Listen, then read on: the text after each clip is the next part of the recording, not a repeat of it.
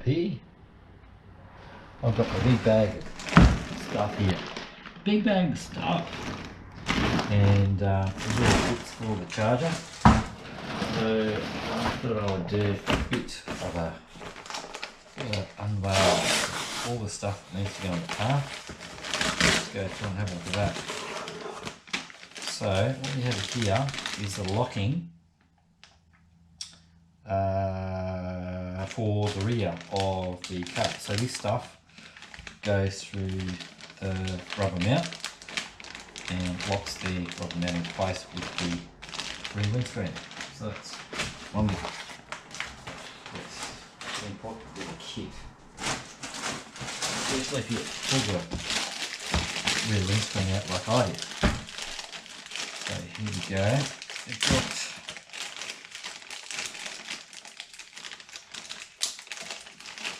I'm going to play hard, so I'm going to play hard back here.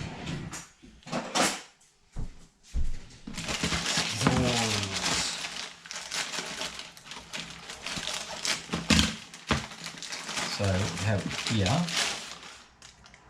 fuel line. So this is the fuel line, so I can do the Weber setup. Thought it was going to be longer than that, but anyway. Nice one, Weber. Rubber fuel line. That's that there as well. What else have we got here? This will be the one for the front window.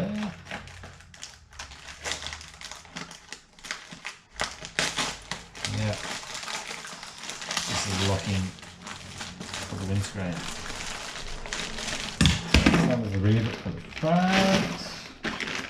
When you put the rubber back in, this is the bit that locks it all in to the front windscreen. So, seat front, charger front. Okay. Invoice. I've already paid it all. I've already paid it all anyway, so this is all free stuff. Here we go. This is from somewhere reasonably unpronounceable. I'm pretty sure I know what this is. I have ordered a lot of parts for this. I'm not sure if I'm going to use this one or the other one. But this is a regulator. Yep, so it's a fuel regulator that can be used. Yep. With the Weber, so basically you don't want to get too much fuel or too less fuel and then you got to control it. So that's one regulator I got. And here is more of this wonderful fueler stuff.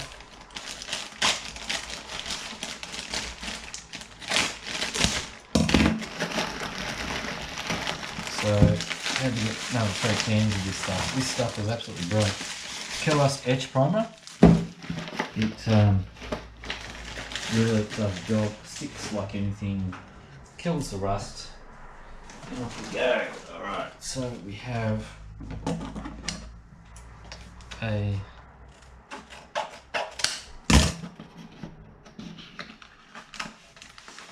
this is something I can't remember. I can't remember buying this, but anyway.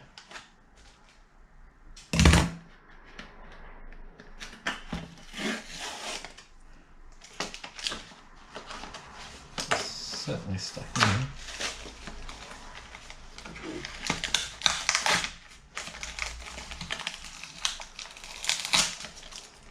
These. A mysterious sort of little black bag.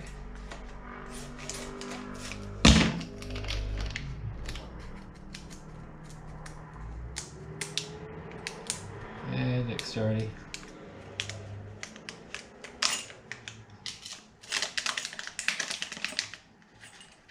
Ah, these are blank keys. These are blank keys. So good stuff. These are the ones that I wanted to get recut.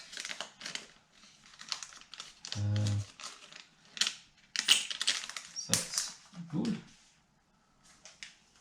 Get there. Stuff in here.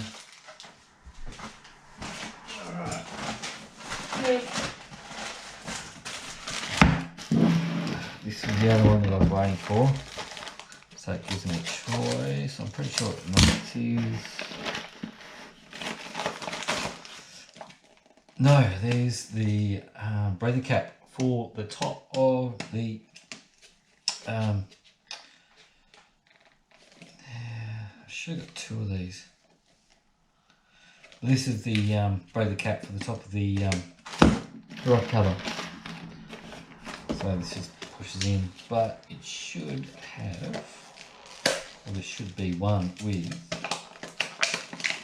a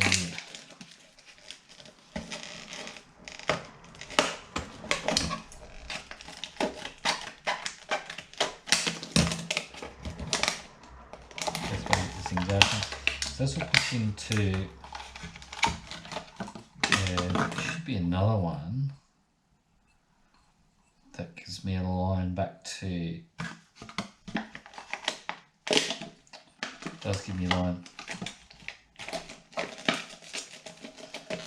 back for overflow back into the carburetor. Anyway, doesn't look like it's there, but that is it for unveiling. No, I'm in here, but what I did want to check out was this is the rod cover that I bought from Aussie Speed with, as I said, stickers and paperwork. But what I'm concerned about, as I was talking about before, was is that going to fit? And I need another one.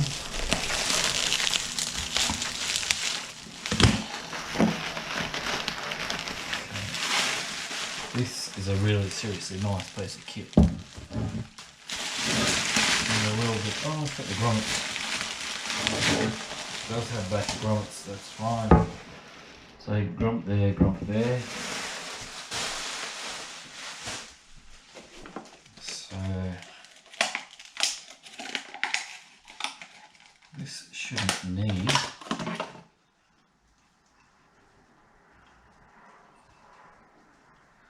this should go straight on. It should go straight on. It does.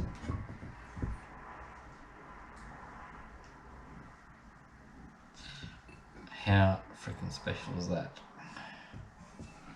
So I can now turn around that to show Mopar. That is cool.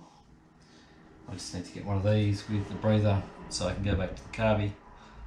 Then you'll sure be sweet. Hang on, there's one other thing I can do. So one of the other things that I did get as part of my increasingly large investment in this is the stud kit. So these studs, doing it the arse way around, but they go into the engine head and fasten down this way.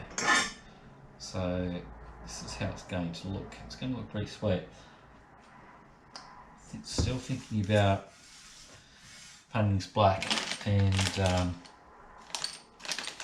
giving the top some shine. But at the moment, this is how it looks, and I'm really liking the way this is set up. I'll put these back in there, it's knowing me, everything will be lost. So that's pretty much a lot of the unveiling for now. There is one big thing, or actually three big things that I can unveil. A little bit special, but this is a Redline exhaust manifold. Intake manifold. It's a pretty special one. because it is for a set of triple 45 Webers, and they are coming right up. So here we have a mainly made in Spain, well, made in Spain, 45 side draft Weber, brand new, all set up. Yep.